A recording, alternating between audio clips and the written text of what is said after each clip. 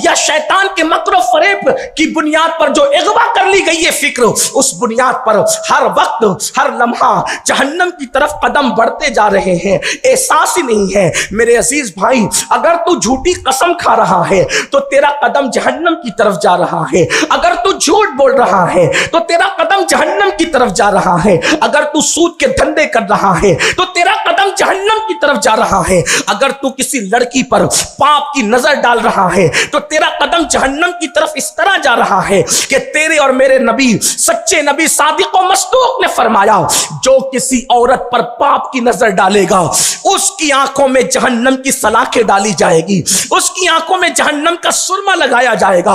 افسوس، جس نبی کے کہنے پر بلا تردد خدا کو ایک مانا، جس نبی کے کہنے پر بلا کسی تردد کے قرآن کو اللہ کی کتاب مانی، جس نبی کے کہنے پہ فرشتے مانے، جبریل، میکائیل، اسرافیل، اسرائیل۔ میں پوچھنا چاہتا ہوں، کیا ہمارے باپ داداؤں نے ان فرشتوں کو دیکھا؟ کیا ان کے باپ داداؤں نے ان فرشتوں کو دیکھا؟ کس نے دیکھا ان فرشتوں کو؟ لیکن ہم کتنا یقین رکھتے ہیں، ہم اپنی ماؤں کے بیٹا ہونے پہ جتنا یقین رکھتے ہیں اس سے زیادہ جبریل کے وجود پر، میکائیل کے وجود پر، اسرائیل کے وجود پر، اسرافیل کے وجود پر، قیامت پر، حشر پر، نشر پر، عذاب قبر پر، انعام قبر پر، ان سب چیزوں پر یقین ہے کہ نہیں ہے؟ اور اسی کا نام تو ایمان ہے، اسی کا نام تو یؤمنون بالغیب ہے۔ آپ مجھے بتاؤ، جس نبی کے کہنے پہ سب مان لیا ہے، کیا اس نبی کے یہ کہنے کا احساس نہیں، اللہ اکبر، کہ کسی عورت پر پاپ کی نظر ڈالو گے تو تمہاری آنکھوں میں جہنم کی آگ کی سلاخیں ہوگی یا جہنم کا سرما لگایا جائے گا؟ اللہ اکبر، کہاں یہ دنیا کی آگ، اور یہ دنیا کی آگ کی حیثیت کیا ہے؟ اللہ اکبر۔ اسی لیے سلطان العارفین حضرت سیدنا بایزید بسطامی رضی اللہ تبارک و تعالیٰ عنہ، حضرت بایزید بسطامی رضی اللہ تعالیٰ عنہ مسلسل روتے رہتے تھے۔ اور بایزید بسطامی کو جانتے ہو؟ بایزید بسطامی کون ہے؟ اللہ اکبر، بایزید بسطامی وہ بزرگ ہیں، سیدی بایزید بسطامی رحمت اللہ تعالی علیہ بہت روتے تھے اور بہت آنسو بہاتے تھے۔ حالانکہ بایزید بسطامی کا مقام اولیاء کی جماعت میں ایسا ہے کہ سید الطائفہ سیدی جنید بغدادی رضی اللہ تعالیٰ عنہ فرماتے ہیں، جو مقام اللہ نے فرشتوں میں جبریل امین کو عطا فرمایا ہے، وہ مقام بایزید بسطامی کو اللہ نے ولیوں میں عطا فرمایا ہے۔ اور آپ کا لقب بالاتفاق سلطان العارفین ہے، یعنی آپ کو عارفوں کا بادشاہ کہا گیا ہے۔ جن کو اللہ نے اپنی معرفت اور پہچان عطا کی ہے، ان کے سلطان اور بادشاہ کا نام ہے حضرت بایزید بسطامی محمد تیفور بسطامی رضی اللہ تعالیٰ۔ اصل میں آپ کا نام تیفور ہے اور آپ کا لقب بایزید بسطامی ہے، اور آپ اللہ تبارک و تعالیٰ کے ان اولیاء میں ہے جن کو اللہ نے مقام حضوری عطا فرمائی ہے۔ وہ بایزید بسطامی اکثر رویا کرتے تھے، تو لوگوں نے کہا آپ اتنا روتے کیوں ہیں؟ تو آپ نے فرمایا، اگر اللہ مجھے اس سے ڈراتا کہ میرے اعمال کی وجہ سے وہ مجھے گرم پانی کا عذاب دے گا اور مجھ پر گرم پانی ڈالے گا، تو میں تو گرم پانی بھی برداشت کرنے کی طاقت نہیں رکھتا، تو اللہ نے مجھے فرمایا کہ وہ تو جہنم کا عذاب دے گا۔ تو جو بندہ گرم پانی کا عذاب برداشت کرنے کی طاقت نہیں رکھتا، وہ بندہ جہنم کا عذاب کیسے برداشت کر سکے گا؟ اور یہ کہہ کر آپ پھر زارو قطار رونے لگے۔ آپ کو روتا دیکھ کر لوگ بھی رونے لگتے۔ افسوس کی بات یہ ہے کہ جن کی زندگیاں اللہ کی عبادت میں صرف ہو گئی، وہ جہنم کو یاد کرتے ہوئے، جہنم کی آگ کو یاد کرتے ہوئے آنسو بہاتے نظر آ رہے ہیں۔ اور ہمارا حال یہ ہے، وہ کون سا جرم ہے جس کو ہم کبھی جرم سمجھتے ہیں؟ بلکہ اللہ اکبر، حضرت سیدی عثمان ابن حسن رضی اللہ تبارک و تعالیٰ نے اپنی کتاب درۃ الناصحین میں لکھتے ہیں کہ ایک کسی نیک بندے کی شیطان سے ملاقات ہوئی، اور ان کی ملاقات شیطان سے ہوئی مسجد کے دروازے پر۔ تو انہوں نے شیطان سے پوچھا کہ آج تیری میری پہلی ملاقات ہے، مجھے آج تجھ سے ایک چیز چاہیے۔ شیطان نے کہا آپ مجھ سے کیا چاہتے ہیں؟ تو آپ نے فرمایا میں تیری طرح بننا چاہتا ہوں، میں چاہتا ہوں کہ تیری طرح بن جاؤں۔ اس نے حیرت سے کہا کہ آج تک مجھ سے کسی نے یہ چیز نہیں مانگی جو آپ مانگ رہے ہیں کہ میں تیری طرح بن جاؤں، میری طرح آپ کیوں بننا چاہتے ہیں؟ لعنتی ہوں، رجیم ہوں، مردود ہوں، لعنت کا توق ہے، اللہ رب العزت کی طرف سے مجھ پر عتاب قیامت تک ہے، اور آپ میری طرح بننا چاہتے ہیں۔ انہوں نے کہا میں نے ضد کی کہ تیری طرح ہی بنوں گا. تو اس نے کہا ٹھیک ہے، اگر اتنا حوصلہ میری طرح بننے کا ہے، آپ کو اگر میری طرح لعنتی بننا ہے، اللہ کا دشمن بننا ہے، تو دو کام آپ کو کرنا پڑے گا. ایک کام تو یہ کہ جھوٹی قسمیں کھانا شروع کر دو، ایک کام یہ جھوٹی قسمیں کھانا شروع کر دو، اور دوسری چیز نماز میں سستی کرنا شروع کر دو. علامہ عثمان ابن حسن کہتے ہیں کہ شیطان نے کہا اگر میری طرح بننا ہے تو جھوٹی قسم کھاؤ، نماز میں سستی کرو، پھر جیسا لانتی میں ہوں ویسے لانتی تم بھی ہو جاؤ گے. انہوں نے کہا اللہ کی عزت کی قسم، اب مجھے پتا چل گیا کہ مردود کس وجہ سے ہوا جاتا ہے. اب میں مر جاؤں گا لیکن کبھی جھوٹی قسم نہیں کھاؤں گا اور کبھی نماز میں سستی نہیں کروں گا. تو شیطان نے کہا افسوس، اس طرح مجھ جیسے مکار سے مکر کر کے کسی نے کبھی نصیحت حاصل نہیں کی. اب میں بھی قسم کھاتا ہوں کہ میں کبھی کسی مسلمان کو کوئی نصیحت نہیں کروں گا. آپ اندازہ کریں، اس سے پتا چلتا ہے، اللہ اکبر، اس سے پتا چلتا ہے کہ جھوٹی قسم کا وبال کتنا ہے. لیکن آج کل لوگ تو جھوٹی قسم کو گناہ سمجھتے بھی نہیں. اللہ اکبر. مجموع الزوائد میں حدیث موجود ہے کہ اللہ تبارک و تعالیٰ فرماتا ہے مجھے قسموں کا نشانہ نہ بناؤ، اگر کوئی جھوٹی قسم کھائے میں اس کی 7 پشتوں پہ لعنت کرتا ہوں. جھوٹی قسم. اور آج ہمارے معاشرے کے اندر اس کو کبھی سمجھا ہی نہیں جاتا، گناہ ہی نہیں لوگ سمجھتے ہیں اور جھوٹی قسمیں کھائے جا رہے ہیں. بلکہ قرآن کو لوگ بیچ میں لاتے ہیں. 50 100 200 1000 5000 کی بات پہ لوگ کہتے ہیں اٹھاؤ قرآن شریف، اٹھاؤ. قرآن شریف جتنا پڑھنے کے لیے نہیں اٹھانے کی بات کی جاتی ہے اتنا قسموں کے لیے اٹھانے کی بات کی جاتی ہے. لیکن افسوس جس کو یہ پتا ہو کہ جھوٹی قسم پر اللہ اس کی 7 پشتوں پہ لعنت کرے گا، کیا کبھی انسان اس طرح کی جرات کر سکتا ہے؟ لیکن آج مسلمان اس وبا میں گرفتار ہے. بلکہ یہاں تک فرمایا اگر کوئی بات پر سچی قسم اٹھائے، جھوٹی نہیں سچی، تو سچی قسم کھانے والے کی رزق سے بھی اللہ برکتیں اٹھا لیتا ہے.